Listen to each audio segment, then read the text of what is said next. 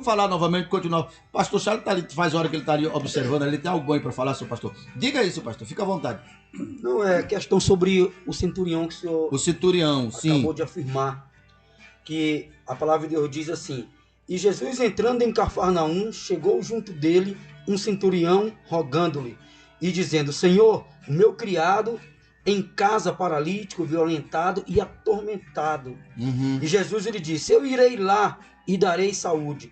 E o centurião respondeu, dizendo: Senhor, não sou digno de que entres debaixo do meu telhado, mas dizer somente uma palavra e meu criado será sarado, será curado. Como o senhor acabou de afirmar, esse centurião, segundo a palavra, quem é centurião é uma pessoa que domina acima de 100 pessoas. Então ele entendia de exército, entendia de hierarquia. Então a consciência dele, quando entra diante de Jesus, já é de autoridade, já dizendo: Senhor, não é obrigado, Senhor, ir na minha casa, porque eu entendo de hierarquia, eu entendo de reinado. Assim como eu digo para o meu soldado, vai, e ele vai, assim como eu digo para o meu criado, vai, e ele vai, assim eu também entendo que se o Senhor der uma ordem a um dos seus anjos, meu criado vai ficar curado. Jesus admirou-se da fé daquele homem. Vi tanta fé, né? Porque encontrou nele a fé perfeita, de mesmo alcance, porque quando a humanidade não tem esse entendimento, ela sofre. Ela sofre. Eu lembro que o pastor Zé falando do encontro dele com Deus, e hoje nós somos prova viva desse milagre, por isso que nós estamos aqui para falar. A primeira vez que eu recorri ao Senhor foi quando, no nascimento do meu filho. Ele estava enfermo, já estava praticamente no regional, na UTI de Imperatriz. Quando trouxemos para a nossa casa, eu, mas a minha esposa, fizemos uma oração e eu disse: Keline, Deus curar o meu filho, vamos fazer a obra dele. Tu tem coragem de aceitar Jesus para nós fazer a obra dele? Aí o que eu quero dizer com isso? Qualquer pessoa que está no estágio de enfermidade nesse momento, ele entendendo, ele tem coragem de dar tudo, se for possível, em prol do seu filho. Então, eu entreguei a minha, hoje eu sou fruto da entrega via um milagre. Se naquele tempo eu tivesse, por exemplo, fosse uma fazenda, uma Hilux, qualquer outra coisa, um bem, rapaz, eu tinha coragem de se desfazer de tudo para a cura do meu filho. Então, a pessoa, quando está nesse estágio, ele tem coragem de fazer isso aí. Porque eu disse: Keline, nós vamos entregar a nossa vida. Deus curar o meu filho, eu vou fazer a sua obra. E eu fiz uma oração entre a minha casa e a da mãe, naquele beco, Senhor, mas a minha esposa, ela dizendo: pois tá bom, nós vamos fazer a sua obra, nós vamos fazer a obra de Deus. E através da cura dele, hoje estou aqui.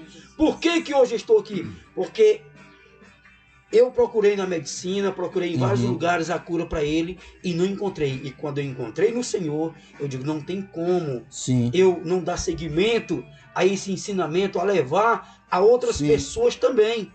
Porque o que ele fez no meu filho, eu cheguei a dizer assim: Deus, se caso alguma coisa tenha a ver comigo, eu era novo convertido, que o Senhor me leve para que meu filho tenha vida, porque ele apenas está nascendo. Então já tô praticamente com seus 23 anos, já tenho desfrutado um pouco. Ele não, eu quero que ele viva.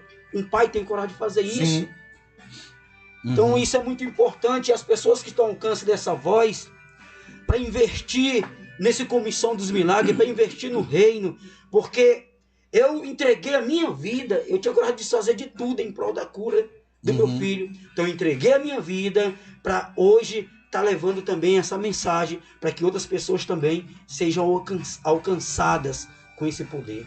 Pastor Charles e pastor José e nossas irmãs que estão presentes, a gente entendendo como o reino de Deus opera, porque o reino de Deus, ele é justo, mas ele é muito, digamos assim, muito organizado e muito prudente. Vamos imaginar aquele centurião chegando até Jesus e dizer assim: Jesus, é que tem um funcionário ou um servo do meu amigo, do meu vizinho, eu vim aqui para o senhor orar por ele. Ele disse: não, filho, eu não posso alcançar ele. Por que, Jesus? Você não é todo poderoso? Não, mas eu obedeço e sigo todos os padrões. Está debaixo da autoridade de outro. Então não posso chegar lá. Mas aquele centurião, o centurião era, obviamente se entende que dominava sobre 100 soldados, né? Agora aquele homem, aquele jovem do qual ele foi atrás de Jesus para curar, estava debaixo da autoridade dele. Então Jesus curou porque estava debaixo da autoridade dele, né? Agora, aquilo que nós falamos em off agora há pouquinho, vamos imaginar, vamos pensar o seguinte: suponhamos que aquele centurião fosse o homem que inclinasse para o mal, aí fosse atrás de um sacerdote do mal, dentre muitos que serve ao diabo, muitos deles sem saber, enganado, induzido, mas a gente sabe que existe. Agora suponhamos que aquele centurião recorresse a um sacerdote do mal, do diabo, para fazer o mal ao seu servo. Aí chegasse lá e pedisse para ele: olha, seu sacerdote do mal, é que tem um camarada lá dentre os meus lá, e eu não fico com a cara dele, eu quero ver ele morrer agonizando até, sabe? É o chamado macumba, feitiço, ou coisa desse tipo, voodoo, outras coisas. Sabe? Então, assim como funcionou no caso de Jesus, funcionaria também. É certo. Agora suponhamos que esse cabra vai lá, mas o servo dele já está em Cristo. Aí não adianta encantamento, não adianta nada. Estou falando sem Jesus. Sem estar em Jesus. Eu digo isso para que todos entendam a importância de estar debaixo de Jesus. Porque, rapaz, o que tem empresas grandiosas que por trás eles oferecem, literalmente, alguns assumidamente, culto ao diabo, oferenda ao diabo. Entende isso? Então, assim, no caso, Jesus ele é um homem que está no céu, na glória, com o corpo glorificado, representando todos os homens. E ele é o maior, não tem ninguém acima dele. Então, qualquer mal que se faça com alguém que está nele, não funciona, não dá certo. Não dá, cai por terra. E nós sabemos que se atentar contra os ungidos, que não é só pastor, é todos que estão em Cristo, se atentar contra, volta para si. Tentou matar, o gigante tentou matar Davi, disse: vou te matar. O que ele desejou a Davi aconteceu com ele, porque está na promessa. Foi isso que Deus fez aliança com Abraão, disse: olha, é aliança de sangue, viu, Abraão? A partir de agora, Abraão, primeiramente a gente precisa entender, nós estamos falando de hierarquia desse homem aí, desse centurião, usando o exemplo desse centurião. Abraão, a partir de agora, para alguém chegar até a mim, só chega se chegar até a ti. Que foi a mesma coisa que Jesus disse: vinde ao Pai, vinde a mim. Vinde a mim é o mesmo que vem ao Pai, porque o Pai está em mim. Abraão, olha, quem te abençoar, eu abençoo. Quem te amaldiçoar, que tentar te fazer o mal volta para ele. Se abençoar, volta também para a pessoa. Abraão, e as pessoas que fizeram aliança contigo, também faz aliança comigo. Mas quem tentar te matar, morre. Por isso que é aliança de sangue. Não é? A gente às vezes não para analisar o porquê que Faraó e outros reis deram gado, deram tudo para Abraão. Por quê? Porque era costume deles, quando os deuses deles estavam, quando acontecia alguma desgraça, alguma coisa ruim, ele dizia que os deuses estão irados, os deuses estão zangados, então vamos dar oferta, e muita oferta. Quanto mais oferta na cabeça deles, mais os deuses deles diminuía a raiva, a zanga, né? Aí quando ele pegou a esposa de Abraão, né? A esposa de Abraão, que caçou conversa com ela, né? Que Deus disse: aí não é esse negócio, não é bagunçar assim não, ele é meu sério, ele tá na aliança comigo, não brinco com ele não. O homem ficou tão apavorado, mandou chamar Abraão, e chamou Abraão: Abraão, por que tu quase me matava, Abraão? Olha só, aquele homem, segundo, se for olhar pelo lado natural, ele ia matar Abraão e qualquer pessoa que fizesse aquilo, mas ele ficou com tanto medo de Abraão, olha, eu vou te dar muito presente, eu vou te dar muita coisa, e deu muita coisa para Abraão. Por quê? Porque na cabeça dele era a única maneira do Deus de Abraão não se vingar dele, e aí o que acontecia é que se cumpria mais e mais a promessa de Deus. Abraão ficou riquíssimo. Para onde Abraão ia, que tentava contra Abraão? Então é nessa aliança que nós estamos. A Bíblia diz que para que a aliança de Abraão chegue até nós precisamos estar em Cristo. E quando nós chegamos em Cristo, aquela maldição que foi lá, Adão, por causa de ti a terra será maldita, aquela maldição foi tirada. E agora, nós estamos na terra, mas nós não somos da terra, porque nós somos dos seres estranhos. A gente às vezes não para pensar, deixa eu olhar aqui nosso tempo. A gente às vezes não para pensar, nós sabemos da história de Jó. Jó era um homem reto, um homem justo, mas estava no mundo. Era um homem do mundo. De onde veio Satanás? Odiar a terra. Tem visto meu servo Jó? Aí a gente vê a história de Jó. Fogo do céu caiu, queimou tudo, não é? Eu acredito que aquilo era raio, que tinha... Hoje a gente sabe, né? Raio. Mas Deus disse: dominai sobre toda a natureza. Tem uma tempestade, matou as criação de Jó, não é? Arrebentou Jó. Jó era justo, era um homem bom, mas era daqui de baixo. Aí Jesus, lá vai ele atravessando o mar, lá vem uma tempestade. O que é que ele fez? Se levantou. Aquieta-te, vento, acalma-te, mar. Quando o discípulo viu aqui, que espécie de homem é esse? Que até a natureza... Porque agora é um homem de cima, não é um homem de baixo. Pois é esse poder que nós temos. Dominar sobre tudo, não só as coisas de baixo. Nós podemos dominar. Então nós vamos ter medo para quê? Exatamente. Nós vamos ter medo. Nós já colocamos, nós vamos alcançar a plenitude da prosperidade que Deus falou. Por quê? Porque nós já falamos da terra. E não, só para concluir, o que nós falamos na terra com fé, o céu não pode deixar de cumprir.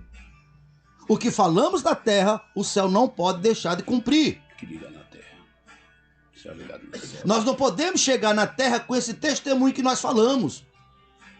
A única maneira, se nós falarmos das coisas do reino dos céus, mas nós vivemos nas coisas do reino do mundo, não vai se cumprir. Aí está o testemunho contra nós.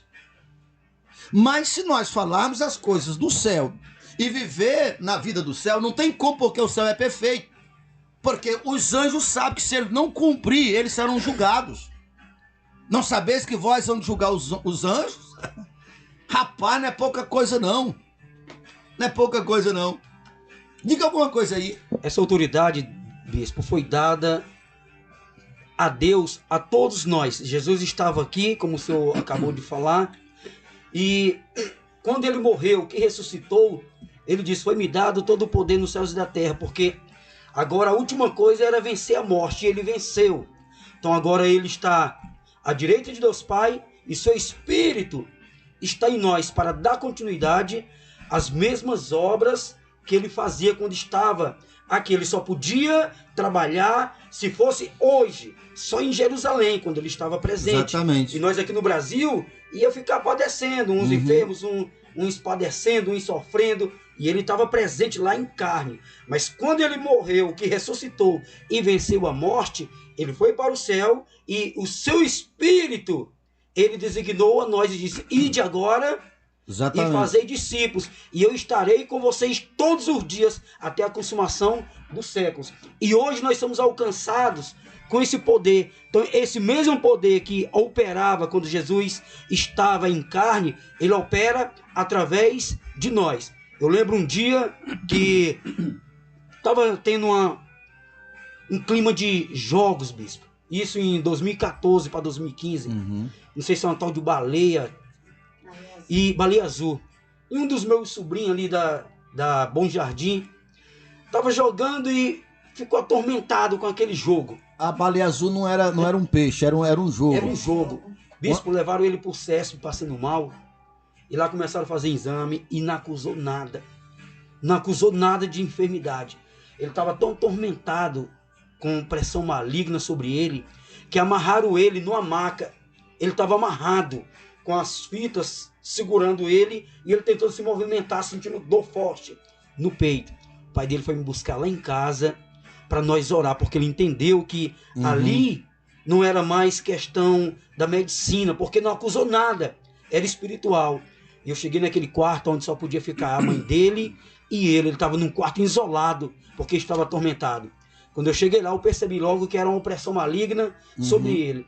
Comecei a orar e declarar a cura sobre aquele jovem. Quando eu terminei de orar, desamarramos ele e ele ficou perfeito. Isso aconteceu nesse CESP aqui de Aceilândia. Por quê? Porque a mesma autoridade que estava em Jesus agora está em nós. Graças então, a Deus. Cada um de nós que exercer esse papel aqui de ser um agente do reino de Deus, nós vamos libertar as pessoas. Em nome do Senhor Jesus. O pastor Charles falou algo muito importante que dá pra gente reiterar, acrescentar, ampliar o assunto que nós estamos falando. Nos últimos dias nós sabemos que muitas pessoas têm ligado dos hospitais pedindo para nós orarmos pelos filhos. E nós vemos os milagres, né? Inclusive temos pessoas que a gente só vai conversar com eles para nos autorizar a contar o testemunho. O que eu quero enfatizar com isso? Observe que não tem nenhum canto nenhum na Bíblia o filho procurando a Jesus, dizendo, olha para o meu pai, porque é fora da hierarquia. Agora o que você vê, pai pedindo para orar pelo filho. O que você vê é o maior pedindo para orar pelo menor, porque aí atende. Por isso nós estamos com o caderno aqui. Eu expliquei ontem para uma do nosso povo que pediu oração, porque tipo assim, a senhora conhece, tem uma amiga que tem um filho que está doente, a senhora sabe que Deus cura. Aí a senhora nos procura para nós orar pelo filho da sua amiga. Não funciona. Primeiro tem que conversar com a mãe, para a mãe crer, para que a mãe seja a interessada. Aí a coisa funciona. Você vê que tem hierarquia. Não pode ser quebrado essa hierarquia, porque eu não vou orar só por orar. Porque eu quero que as pessoas aprendam que oração não é fazer de conta. Não vamos jogar aqui palavra no ar e vamos ver. Não. Com nós não é assim. É sim, não. Nós sabemos que quando nós oramos, o milagre acontece, porque nós temos consciência de quem nós somos. Nós estamos no nome mais poderoso do mundo. Bispo, agora, essa semana passada, tá esse clima de gripe em crianças, né? Mamãe, eu tava no banheiro, mamãe mandou a foto da sua filha e disse assim, não passa para outras pessoas não, olha como é que está minha filha. E eu quero uma oração. Eu coloquei a mão sobre o celular e declarei a cura sobre aquela criança, dizendo que não tinha poder de tirar a vida dela, porque o maior estava em nós, e eu estava repreendendo toda a cilada de morte que estava naquela criança. No outro dia de manhã, aquela criança já amanheceu melhor, e o pai estava dizendo que o médico não estava entendendo a recuperação ligeira que teve naquela criança. Isso é o agir de Deus. Vai estar com alguém enfermo no CESP e não entra diante de Deus, talvez não trazia essa criança de volta, mas como pediram a oração e era a mãe ou o pai ligando, que no caso foi a mãe, que eu coloquei a mão sobre o celular e comecei a orar, no outro dia a criança já estava curada. É por isso que nós temos que investir. A Sailândia, quantas vidas poderia ser salva? Mas nós estamos falando aqui, mas assim, quantas vezes as pessoas já ouviram falar de Jesus, quantas vezes até oração, mas aquela coisa aleatória. Não, com Jesus não é assim. E aqui, bispo, aqui só ligou porque entende também de autoridade, porque Sim.